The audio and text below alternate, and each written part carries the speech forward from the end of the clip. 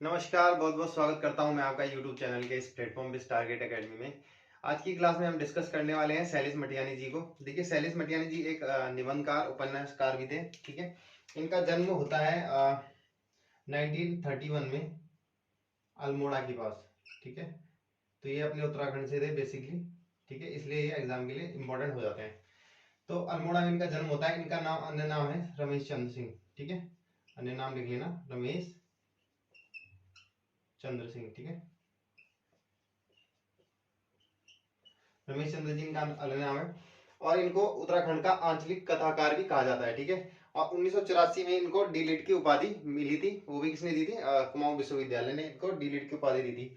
अब इनके उपन्यास, कहानी संग्रह, निबंध ये इंपॉर्टेंट हो जाते हैं। थोड़े मतलब ज्यादा है इनकी रचनाएं, तो याद करने में थोड़ा सा हमें एक कहानी टाइप की या फिर ट्रिक टाइप की हमको चाहिए होती है। ठीक है, जैसे इनकी कुछ उपन्यास है। पुनर्जन्म के बाद, ठीक है, चंद औरतों का शहर, 52 नदियों का संगम, किस्सा नर्मदा बहन गंगूबाई, छोटे छोटे पक्षी, सूरज की किरण, बोरीवली से बोरीबंदर तक, डेरे वाला और सर्पगंधा मुठभेड़। ठीक है, तो इसको कुछ इस तरीके से याद कर सकते हैं। जैसे पुनर्के देखिए, ध्यान से सुनिए। पुनर्जन्म के बाद कुछ चंद औरतें, पुनर्जन्म के बाद चंद औरतें 52 नदियों के संगम पर क्या कर रही थी? किस्सा सुना रही थी। किसका? नर्मदा बहन गंगूबाई का किस्सा सुना रही थी और ये बता रही थी कि छोटे छोटे जो पक्षी होते हैं वो उगते सूरज की किरण में, जो छोटे छोटे पक्षी होते हैं वो उगते सूरज की किरण में बोरीवली से बोरीबंदर तक डेरा डालते हैं। ठीक है, और इनकी मुठभेड़ किससे होती है? सर्प से, यानी कि सांप से इनकी क्या होती है? मुठभेड़ होती है। ठीक है, पहले मुठभेड़ लिख लीजिए, फिर सर्पगंधा लिख लीजिए। ठीक है, आगे ध्यान, सर्पगंधा हो जाएगा यार। देखिए, इजी है। पुनर्जन्म के बाद चंद औरतें 52 नदियों के संगम पर नर्मदा बहन गंगूबाई का किस्सा सुना रही थी। क्या कि छोटे छोटे पक्षी उगते सूरज की किरण में क्या कर रहे हैं? उगते सूरज की किरण में क्या कर रहे हैं? उगते सूरज की किरण में बोरीवली से बोरीबंदर तक डेरा डाल के बैठे हुए हैं और इनकी मुठभेड़ किससे होती है? सांप से होती है। ठीक है, इनकी छोटे छोटे पक्षी की।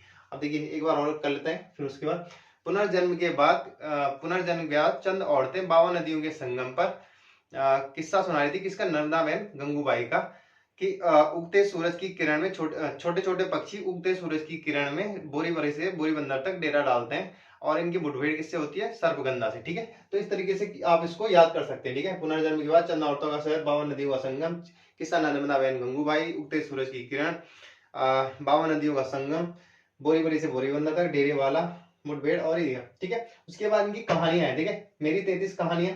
अब 33 कहानियां लिखेंगे तो क्या होगा? इनको दुखी होगा। ठीक है, इतनी कहानियां लिखेंगे तो प्यास भी लगेगी इनको। ठीक है, और फिर ये जंगल चले जाते हैं। ठीक है, और वहां पे इनको कोई भोज देता है और उसको बाद इनका वहां पे क्या मिलते हैं? भेड़ और गडरिया। ठीक है, जंगल में क्या मिलते हैं? भेड़ और गडरिया। फिर एक बार देख लेते हैं मेरी 33 कहानियां। 33 कहानियां को लिख के क्या होता है? दुखी होता है। दुख जब चलती नहीं है वो इतनी, फिर उनको क्या लगती है? प्यास लगती है इतनी कहानियां लिख के, और वो जंगल में चले जाते हैं। ठीक है, फिर वहां पे क्या मिलता है? इनको भोज मिलता है। किससे? भेड़ा और गडरिया क्या देते हैं? इनको भोज देते हैं, क्योंकि वहां पे कोई होता तो है नहीं। मेरी 33 कहानियां। ठीक है, दो दुखों का एक सुख, भेड़े और गडरिया, महाभोज। ठीक है, और जंगल में मंगल, प्यास और पत्ता। ठीक है, ये इनके कुछ कहानी संग्रह हो गए। उसके बाद निबंध। देखिए, निबंध हो गया इनकी कागज की नाव, मुख्य धारा का सवाल, लेखक की हैसियत से, जनता और साहित्य, किसके राम कैसे राम। ठीक है, कागज की नाव कहाँ बहती है? मुख्य धारा में बहती है। ठीक है, नाव नाव कहाँ बहाते हैं? धारा में।